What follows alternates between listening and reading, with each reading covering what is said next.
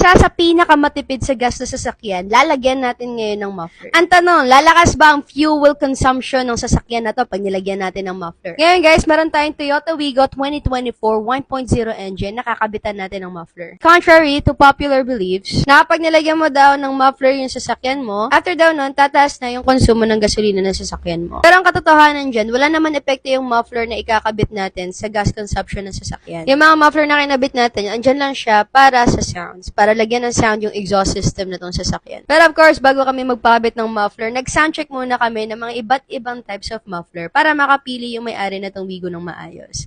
Ang hinahanap natin dito, hindi nakakabulahaw, pero at the same time, pogi lang yung tunog. At yung mga pinagpilian nila guys. Oh.